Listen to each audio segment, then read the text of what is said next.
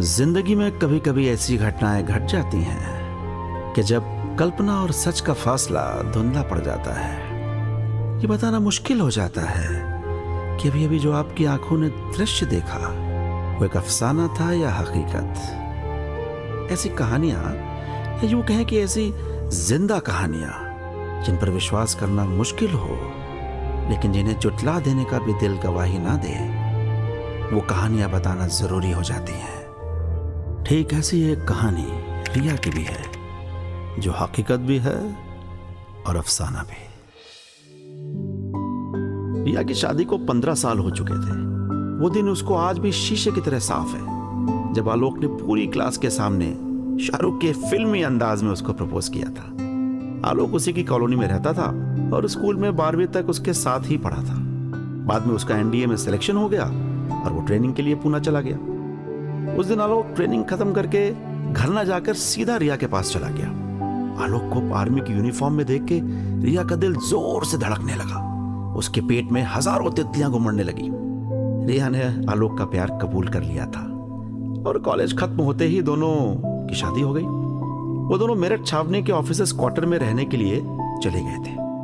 धीरे धीरे वक्त गुजरता गया और कभी दो अलग अलग शहरों में रहकर भी दिल के करीब रहने वाले आलोक और रिया के बीच एक ही छत के नीचे रहकर भी दूरियां बढ़ने लगी थी। कई कई दिन बीत जाते जब दोनों बस फॉर्मेलिटी वाला हाँ हूं ही करते, पर रिया को अब अंदर ही अंदर घुटन होने लगी थी।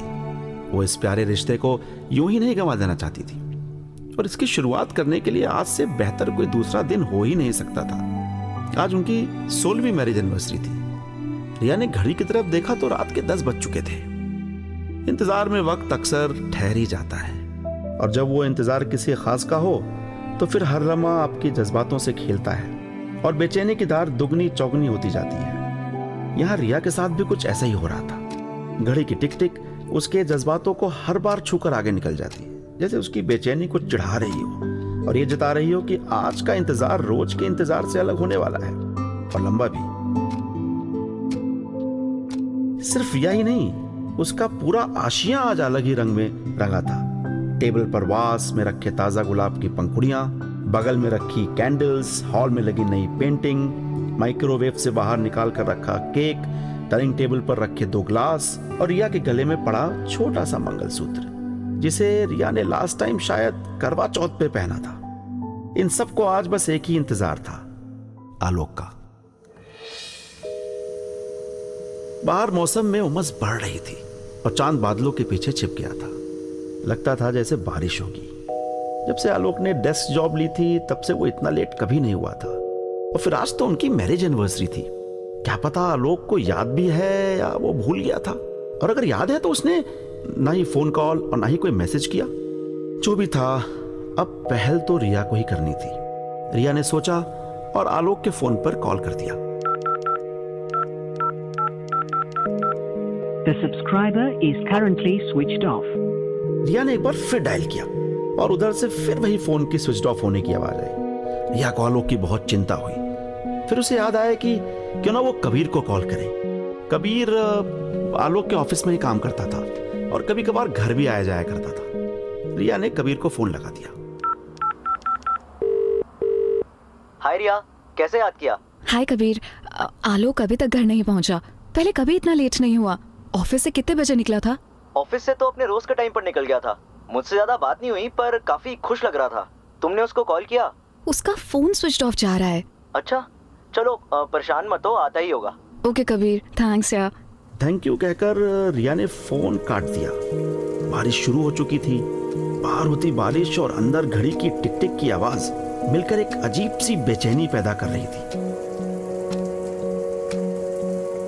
तभी तेज बिजली कड़की और डोरबेल बजी। दोनों आवाज एक दूसरे में खो गए और रिया समझ नहीं पाई कि उसे दरवाजा खोलना भी है कि नहीं। तभी दूसरी बार फिर से बेल बजी। रिया ने दरवाजा खोला तो सामने आलोक खड़ा था। उसके हाथ में एक फूलों का गुलदस्ता था और वही जानी पहचानी सी मुस्कान जो कॉलेज के दिनों में उसके चेहरे पर तब आती थी जब वो रिया से मिलता था। आलोक, पूरी तरह भीग गए हो। जल्दी से अंदर आ जाओ वरना बीमार पड़ जाओगे। मैं तो पहले से ही तुम्हारे इश्क का बीमार हूँ। आलोक ने रोमांटिक होते हुए रिया को बुके थमा दिया। और किस करते हुए बोला। Happy anniversary darling. आलोक का ये रूप देखकर रिया थोड़ा चौंक गई थी।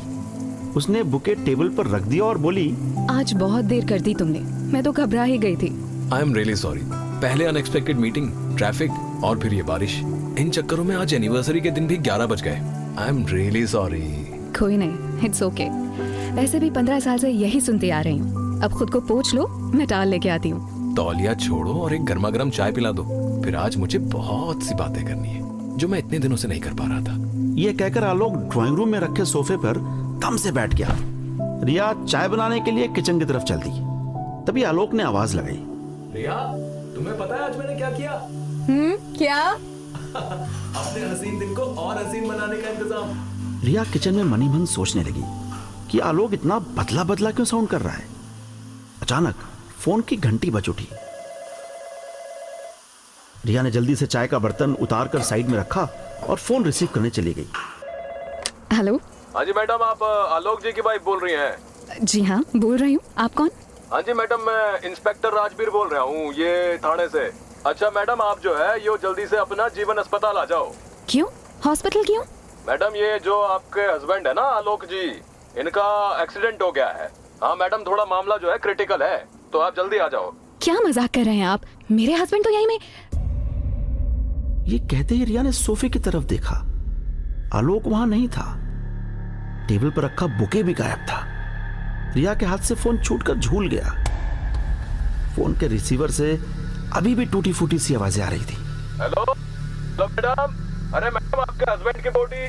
बढ़ती हुई बारिश के साथ रिया की धड़कनें तेज होती जा रही थी। पैरों ने शरीर का वजन उठाने से मना कर दिया था और वो धम से वहीं पे गिर गई। रिया समझ नहीं पा रही थी कि जो उसने देखा वो सच था या जो उसने भी सुना वो सच है। उसकी जिंदगी की पूरी रील उसके सामने से गुजर गई। उसे वो दिन याद आया जब आलोक ने उसे पहली बार प्रपोज किया था। I love you, Riya. I love you, रिया। उसे वो दिन भी याद आया जब शादी में आलोक ने पूरे घर के सामने उसको किस किया था। कितनी बार आलोक उसे डांट भी दिया करता था, लेकिन बाद में प्यार से मना लेता था। वो कुछ समझ नहीं पा रही थी। उसके मन में एक अजीब सा अंतर्द्वंद चल रहा था और तभी वो जोर से चीखी, आलोक! आलोक! आलोक! तभी पीछे से आवाज आई। रिया, क्या हुआ? आलोक तौलिए से सर पोंछता हुआ बाहर निकला। आलोक, तुम यहाँ? क्यों भाई, किसी और का इंतजार था क्या? अच्छा छोड़ो, तुम्हें मैं एक बात बताना तो भूल ही गया।